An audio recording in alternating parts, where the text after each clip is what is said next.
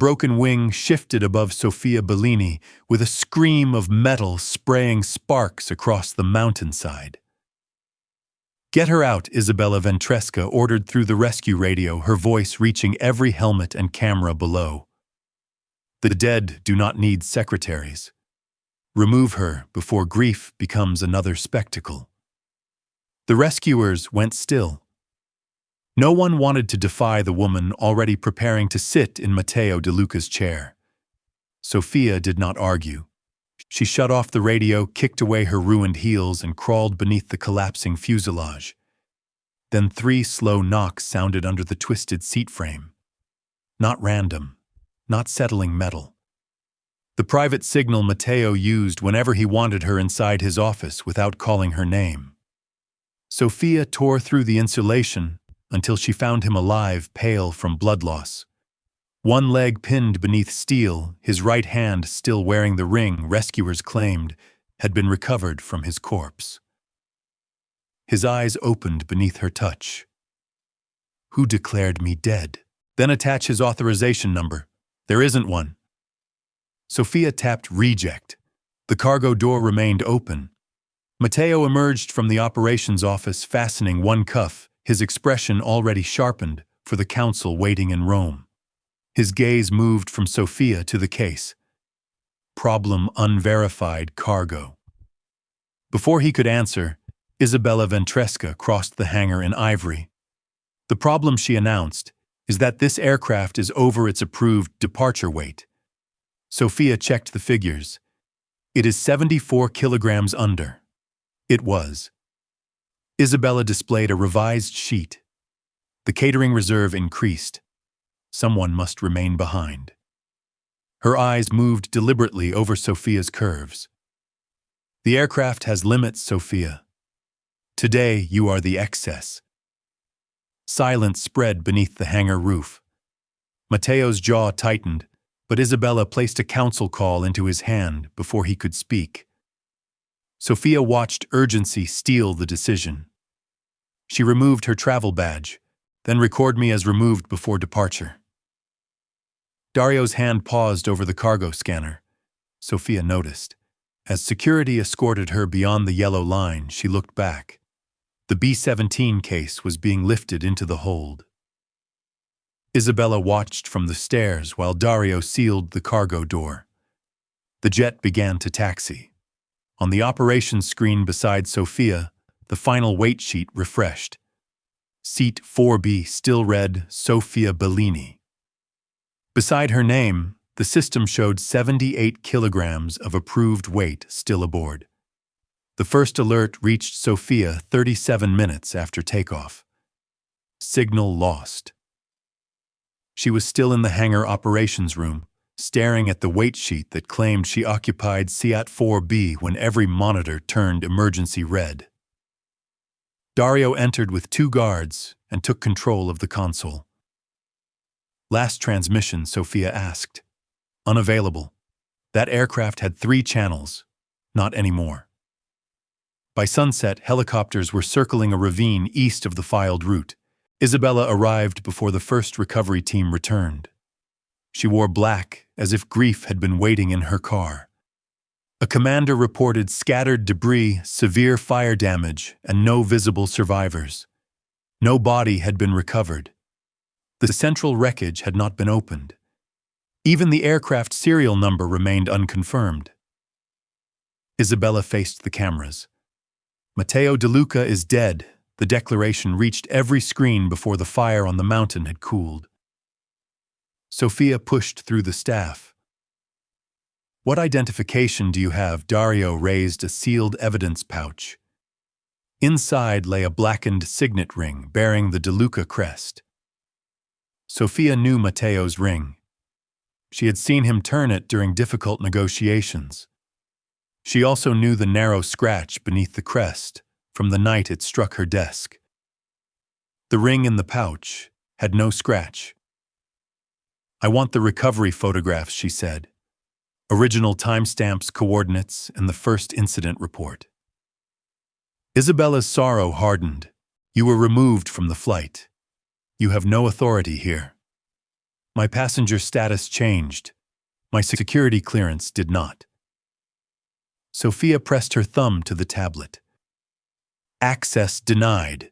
She tried the aviation archive. Account suspended. Then the emergency manifest appeared on the main wall. Beneath Matteo's name stood the list of presumed dead 2 pilots, 1 guard, and Sofia Bellini Seat 4B.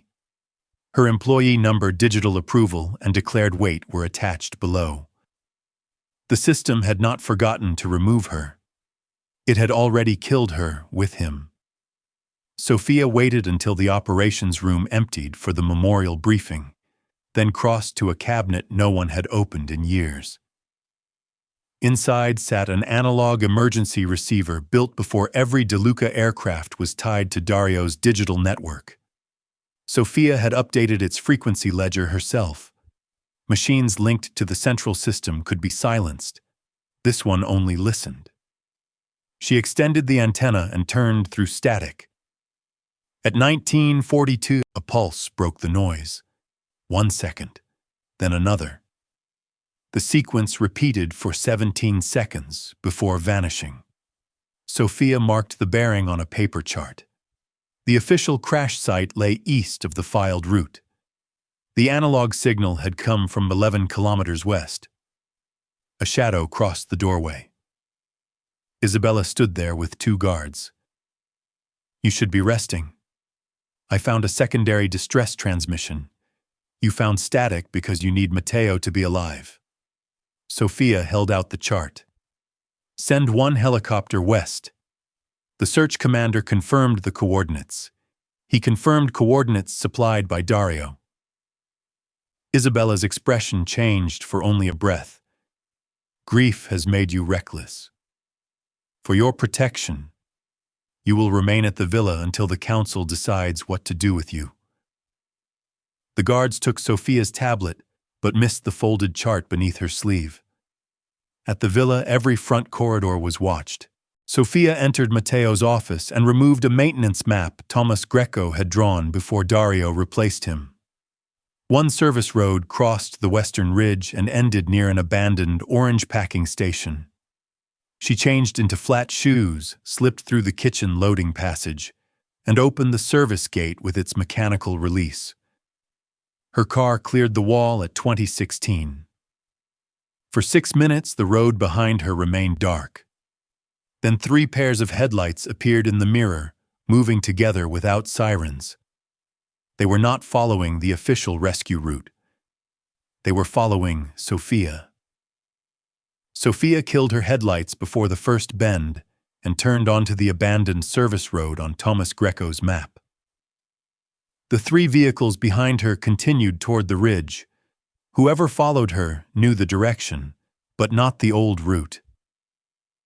At the orange packing station, Thomas waited beside a maintenance truck. Dario had forced him out years earlier, but he could still identify an engine by sound. You should not have called, he said. I didn't. I sent the frequency and bearing. That was worse. Sofia showed him the manifest and the 17-second mark. Thomas studied both.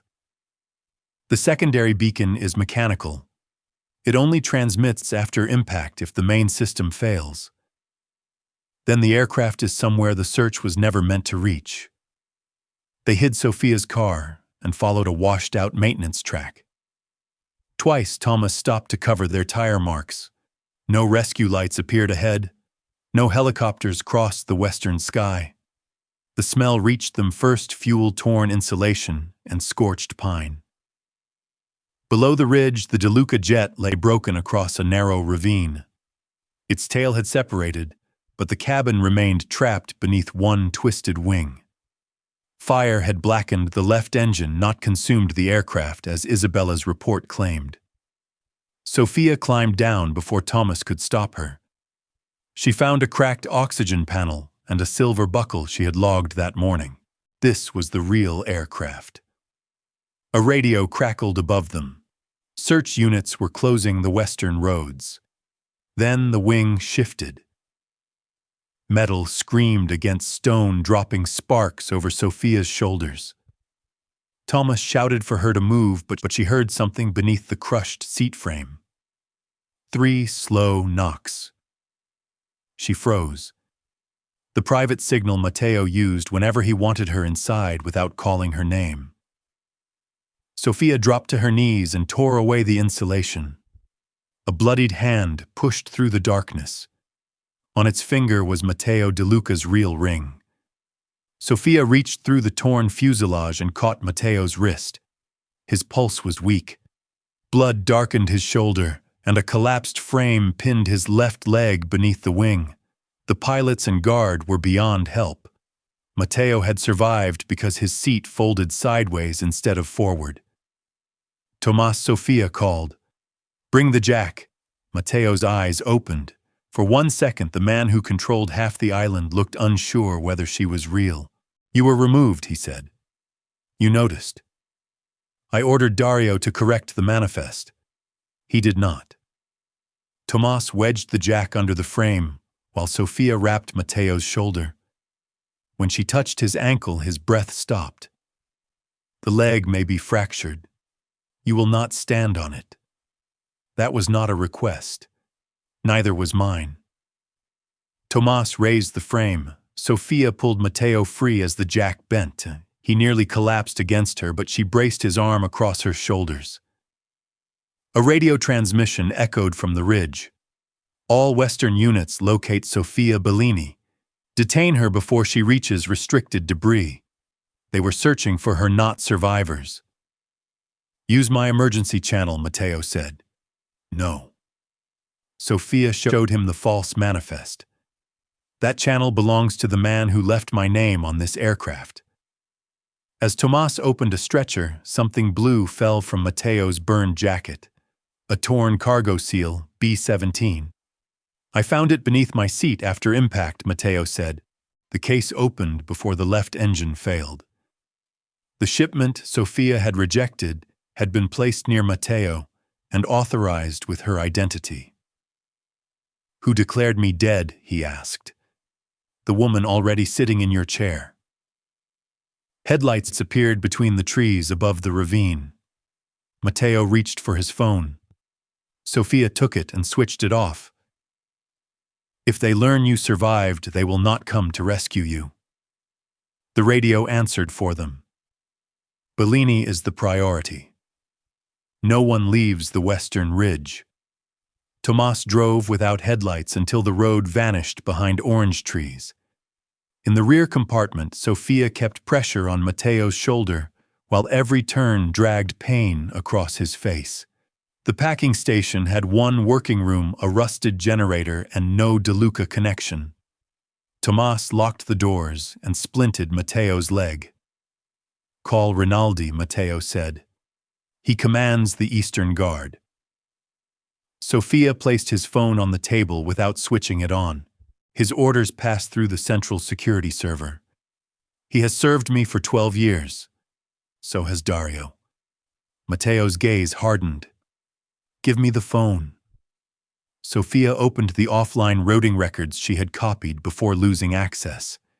Every emergency contact Matteo trusted, guards, physicians, drivers, even the private clinic, had been redirected through one gateway 3 weeks earlier. Dario Serra Master Override. "If you make one call," Sofia said, "the tower will locate this device before your man hears your voice." Matteo stared at the screen. He could command ports and armed rooms, but he could not stand without Sofia's arm or speak through a channel his enemy controlled. "We need a surgeon. We need proof you will survive the surgeon." Tomas found sealed supplies left from the station's smuggling years. They could stabilize Matteo, not repair the fracture. Outside engines passed on upper road. Matteo reached for the phone again. Sofia removed its battery and placed both pieces in separate tins. "You do not give me orders," he said. "Tonight I do." Thomas's radio crackled with Isabella's statement. Evidence from the aircraft, she announced, showed Sofia Bellini had falsified cargo authorization and altered the passenger manifest after being removed from the flight. A warrant was being prepared for sabotage and the murder of Matteo DeLuca. Sofia looked at the B-17 seal. Isabella had not merely declared Matteo dead. She had chosen who would be buried beneath the blame. Tomas projected the recovery photograph onto the packing station wall. It showed Dario holding a scorched evidence pouch before the cameras. Inside lay the ring Isabella had used to identify Matteo's death. "Enlarge the crest," Sofia said. The image blurred, but Tomas leaned closer. "Recently cast. See the seam beneath the band laser weld." The original was made as one piece. Matteo lifted his bandaged right hand. His real ring remained beneath the gauze, the narrow scratch under the crest, catching the generator light. Sofia compared the two. On Matteo's ring, the DeLuca lion faced the wearer's thumb. In Dario's pouch, it faced outward. "The crest is reversed." A jeweler copied it from a photograph, Thomas said. "Someone who never held the original." Matteo turned the ring once the habit Sofia had watched through years of negotiations. Then the eastern debris was prepared before the aircraft fell. "Not only the ring," Sofia said. "They needed your coat aircraft fragments and enough fire damage to stop anyone demanding identification." She opened a cached image from the public rescue feed. The evidence pouch bore collection number E04. Behind it, painted fuselage rested on pale gravel. Tomas looked toward the rain striking the windows. The eastern ravine had rain all afternoon. That ground should be dark. The staged wreckage had been photographed before the storm or placed beneath cover. Matteo's expression hardened. Dario controlled the aircraft, the search, and the evidence. "But Isabella declared you dead," Sofia said, before anyone confirmed what he found. Tomas recovered the photograph's hidden metadata. It had been exported from a folder labeled Western Air Loss Final Search Map, creation time Irwin 11. Sofia checked the flight record. Matteo's aircraft had not left the hangar until 1326. The map designed to find his body had been created more than 4 hours before takeoff. Sofia opened the offline manifest copied before Dario erased her access. The final version carried her employee number, approval, and seat assignment exactly as the emergency list had shown. Seat 4B, Sofia Bellini. Status boarded. Declared weight 78 kilograms. Matteo stared at the line. "You never crossed the yellow mark. Camera footage proves it." Thomas compared the departure sheet with the cargo scan. The aircraft had been 74 kilograms under its limit before Isabella's revision. After Sofia was removed, the system still counted her weight, and a second entry appeared beneath cargo services. B-17, auxiliary calibration unit 76 kilograms. No vendor code, Sofia said. No serial number.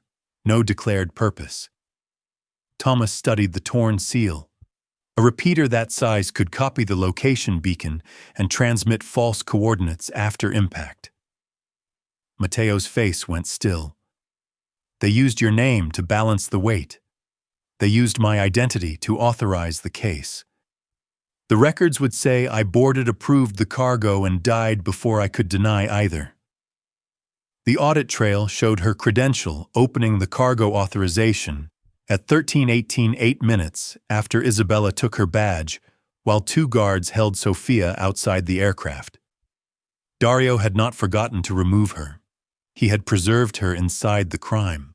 A document added after the crash was titled Emergency Succession and Security Order. It authorized Isabella to freeze accounts, command DeLuca personnel, and detain anyone suspected of obstructing the investigation. Sofia opened the signature panel. The certificate was genuine. Matteo recognized it. "I signed that provision 6 months ago." At the bottom, one name already appeared beneath person of primary interest, Sofia Bellini. The order being used to arrest her carried Matteo DeLuca's real signature. The map's creation time was not enough. Isabella could call it a training file, and Dario could claim its title changed after the crash. Sofia needed to prove it had been operational. Thomas opened the archived routing table. Each search grid carried a hidden deployment key that sent coordinates to rescue vehicles once command approved the file. The Western map had one. Approved by Dario Serra, deployment window 1340-18. Matteo's aircraft had taken off at 1326. They scheduled the search before the signal was lost, Sofia said. Matteo shifted against the wall, pain tightening his voice. Can you trace where the key was tested? Not without touching the live system. That will expose us. It will expose what they protect. Sofia placed a false incident marker at an abandoned quarry north of the staged debris. She labeled it Possible Personal Effect Bellini and sent one silent query through Thomas's retired maintenance account. No rescue unit should have seen it unless someone monitored searches connected to Sofia's name. At 48 seconds, Dario's server opened the marker. At 2 minutes, the quarry cameras activated. At 2 minutes, 51 seconds, 3 black vehicles left the eastern command post. Matteo watched their route appear on the old traffic receiver. He is not searching for evidence. He is checking whether I found something he missed. Sofia copied the response log vehicle identifiers and Dario's access token onto 2 drives. One went beneath Matteo's splint. Tomas hid the other inside the dead generator. Exactly 3 minutes after Sofia created the marker, Dario ordered an armed team toward a location absent from every official rescue plan. Then a second command appeared. Search priority updated recover Bellini before material. Sofia looked at Matteo. Dario was no longer protecting the story of a crash. He was trying to reach the woman who could destroy it. At noon, Isabella entered the DeLuca council chamber in morning black and sat in Matteo's chair before anyone invited her. The emergency order lay open beside her. Its 72-hour clock had begun. The family cannot remain leaderless, she said. Until succession is resolved, I will protect what Matteo built. Sofia watched through a silent feed that Thomas had pulled from an unused maintenance camera. Matteo sat beside her, his injured leg elevated, every muscle rigid at the sight of Isabella touching the carved arms of his chair. Dario presented the manifest Sofia's cargo approval and the warrant bearing Matteo's signature. Sofia Bellini became unstable after being removed from the flight, Isabella told the council. She altered the records, placed unauthorized equipment aboard, and disappeared when the aircraft went down. One councilman asked why a secretary would murder the man whose career protected hers. Obsession does not need logic, Isabella replied. Only access.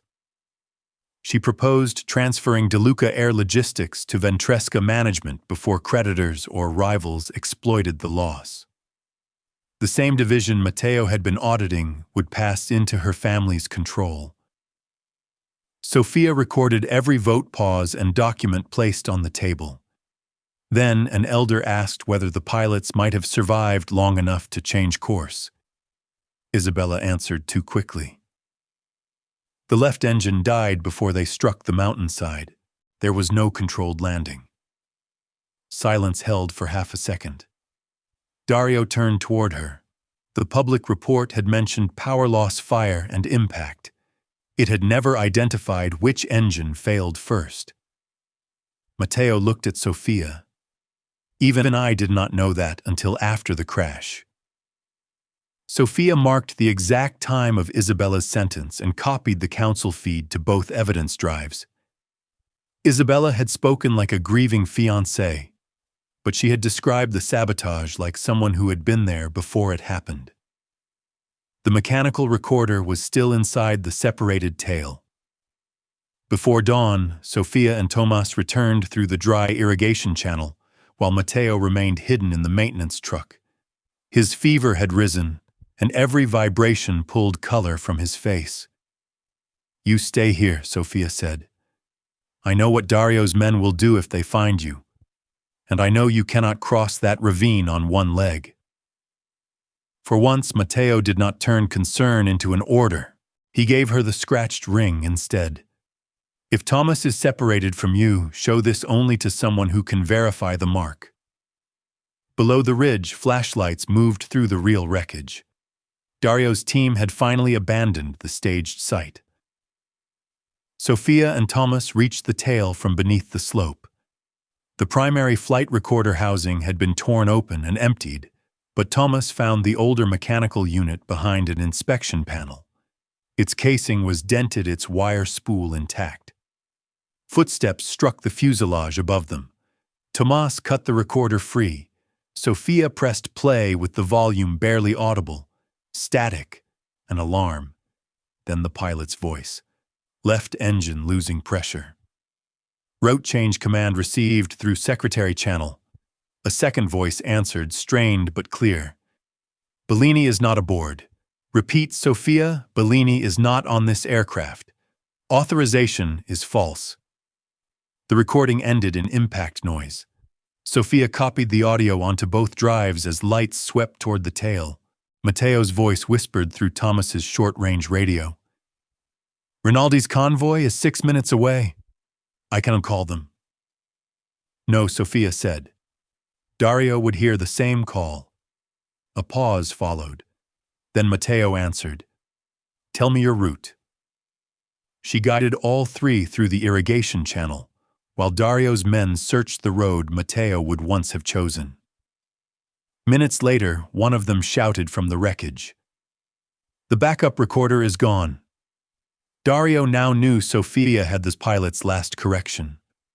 By the time they returned to the packing station, Matteo's fever had climbed, and the council clock showed 18 hours remaining. Sofia cleaned the cut beneath his shoulder bandage while Tomas prepared another splint. Matteo watched her hands instead of Isabella's documents. "I knew Ventresca money was disappearing through DeLuca Air Logistics," he said. Sofia stopped. "Since when 7 weeks?" Matteo explained that shell companies had billed false maintenance, diverted fuel contracts, and bought influence at the southern port. He had planned to confront Isabella in Rome with a private audit and cancel their alliance. "You investigated the division I managed and told me nothing. I kept your name outside the inquiry." "No. You left it empty so Isabella could write whatever she wanted inside it." Matteo held her gaze. "I believed ignorance would protect you. It gave me no warning, no evidence, and no way to challenge orders issued through my credentials." For years, Sofia had accepted sealed meetings and unexplained changes because Matteo called secrecy protection. Now his real signature stood beneath the order hunting her, while her false one authorized the device that nearly killed him. "I was wrong," he said. No defense followed. No claim that he had done it for her own good. He removed the scratched ring and placed it beside B-17. "Tell me what you need from me." The question felt stranger than an apology. "Full access to the audit. Every Ventresca account, every protected name, every order you signed, you have it, and you do not decide what I am allowed to risk." Matteo's jaw tightened, then eased. "Agreed." Sofia reached for the evidence drives. His fingers closed lightly around her wrist, not restraining her. "When this ends," he said, "I will ask you something that is not an order." She met his eyes. Survive long enough to ask. On the screen, Isabella moved the succession vote forward. 18 hours had become 16. Sofia built the bait from pieces Isabella already believed existed. She copied the Ventresca payment ledger, removed every page that could expose the real audit, and inserted a false note claiming the original recorder and B-17 authorization were hidden in Warehouse 9 at the southern port. Tomas routed the file through the retired maintenance account Dario had already breached. Matteo watched the upload bar. If he ignores it, he will not. The file says the evidence can survive without me. The account opened 11 minutes later. Dario downloaded the coordinates, deleted the access log, and sent 4 men toward the port. Sofia had chosen Warehouse 9 because its cameras belonged to an independent customs insurer, not DeLuca Security. On the feed, Dario arrived carrying fuel cans instead of evidence bags. He searched the false compartment, found Sofia's empty drive, and called Isabella. "You said Bellini had the recorder," he snapped. "She does." "Then what is this A test? Burn it and return to the mountain. We still have one person unaccounted for there." Dario lowered his voice. "If DeLuca survived, do not say his name. Find the remaining person before the vote." Sofia captured the call, the fuel cans, and Dario's access token in one continuous file. No confession. No convenient admission. Only 2 people discussing evidence destruction, and someone still alive, where the official search claimed no survivors existed. Matteo looked at the screen. She knows. She knows the crash may not have finished its work. An alert interrupted them. Succession session amended. Isabella had moved the vote forward by 2 hours and combined it with Matteo's memorial service. Tomas checked the clock. 14 hours remained. Sofia closed the bait file. Then we stopped following their schedule. Outside, the first funeral bells began ringing for a man sitting alive beside her. The cathedral bells began before sunrise. Isabella placed Matteo's empty coffin beneath the DeLuca crest and set the false ring on black velvet where every council member could see it. The memorial and succession vote would occur in the same building, grief flowing directly into power. Sofia prepared 3 evidence packages. 1 went to Tomas. 1 passed through the customs insurer to an independent magistrate. The 3rd uploaded in encrypted sections to 3 council members outside Dario's network. "If they take me," Sofia said, "the files open automatically." Matteo sat in a borrowed wheelchair. His injured leg secured his face, pale beneath a dark coat. "I should enter with you. The moment they see you, they will stop examining evidence and start obeying you. They may arrest you before you speak. Then your appearance becomes confirmation, not rescue." Matteo studied her, then gave Sofia the real ring. "Not as protection," he said, "as verification." At the cathedral, Isabella stood beside the coffin and called Sofia a fugitive who had betrayed the man whose trust had elevated her. Dario's guards checked every entrance. Tomas entered through the service crypt with the mechanical recorder. Matteo remained in an ambulance beyond the north wall, hidden from cameras. Sofia walked through the main doors alone. Conversations died. Mud marked her coat. A bruise darkened one wrist, but the evidence case stayed level in both hands. Isabella did not leave Matteo's chair. "Seal the doors," she ordered. Heavy locks closed behind Sofia. On the velvet beside the coffin lay the ring made from the wrong hand. Sofia placed Matteo's real ring on the council table. The scratch beneath the crest caught the chapel light. "I am not here to ask whether Matteo DeLuca is dead," she said. "I am here to prove who needed all of you to believe it before a body was found." Every screen in the cathedral turned on. Sofia began with the manifest.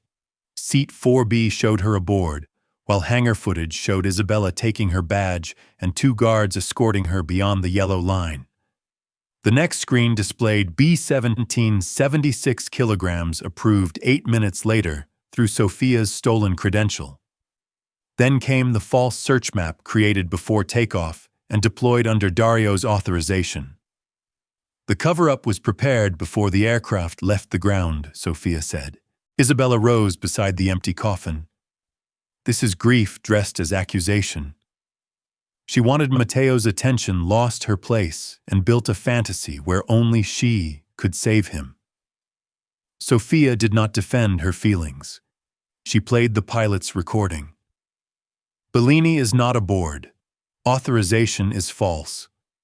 The cathedral changed. Council members stopped watching Sofia and began checking timestamps. Tomas displayed the reversed crest and laser weld on the ring beside Isabella.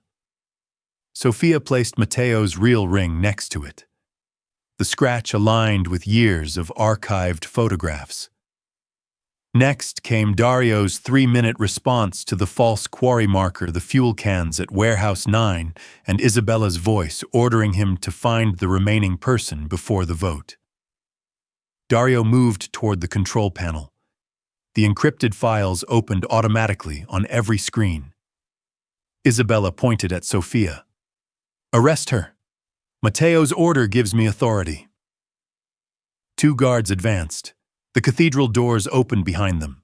Matteo entered in a wheelchair, one leg fixed beneath a splint and his shoulder bound beneath his coat. The room rose so quickly, chairs struck stone. Isabella's face emptied. Matteo looked at the succession ballot bearing his death certificate. "A dead man does not vote," he said. "But neither does the woman who tried to manufacture him." He did not take the evidence case from Sofia. He moved beside the council table and faced the guards. "She has not finished." The council did not vote on succession. It froze Isabella's authority, preserved every Ventresca account, and placed DeLuca Air Logistics under independent control. The magistrate Sofia had contacted confirmed receipt of the evidence. Customs officers entered before Dario reached the control room. He was arrested with the access token still in his pocket. Isabella did not confess. She demanded counsel and called Matteo's survival a deception. But the shell company payments, false invoices, altered fuel contract, and B-17 purchase order existed beyond her voice. The evidence did not need her permission to remain true. Matteo revoked the alliance provision bearing his signature and submitted his own decisions to review. "I created the authority she used," he told the council. "That failure belongs in the record beside hers." 3 weeks later, Sofia entered the restored operations office. The nameplate on her old desk still read, "Executive Secretary." She turned it face down. Matteo, now using a cane and forbidden to place full weight on his leg, watched from the doorway. "I can remove it." "I already did." Sofia placed her contract on the table, independent director of safety and operations, full audit access, written refusal authority, separate oversight board, dual verification for every credential, her name on every report she approved. Matteo read every condition before signing beneath her signature. "No hidden investigations," she said. "No protection built from silence. And no one uses my name without me. Never again." He closed the file, but did not move closer. "May I ask the question I promised?" Sofia waited. "Dinner. Somewhere without a council, a manifest, or anyone calling you my secretary." "One dinner," she said. "No orders. No secrets called protection." "Agreed." Behind them, Blue Seal B-17 rested in a glass evidence case. Beneath it lay the final safety report. Sofia Bellini's signature appeared first. Matteo DeLuca's stood beside it, equal in size. Isabella believed power belonged to whoever could declare death before anyone demanded a body. Dario believed a false coordinate, a copied ring, and a stolen credential could make a prepared story stronger than truth. Matteo's mistake was quieter. He thought keeping Sofia outside the investigation would keep danger outside her life. Instead, silence left her name available for someone else to use. Sofia did not win because a mafia boss survived to confirm her story. She won because she preserved what others rushed to erase: the 17-second signal, the false manifest Blue Seal B-17, the map made before takeoff, and the pilot's final correction. She found Matteo beneath the wreckage but refused to let saving him become a debt that owned her future. In the final report, her signature came first. His stood beside it, not above it. When Matteo asked for a place in her life, he did so without an order or a secret disguised as protection.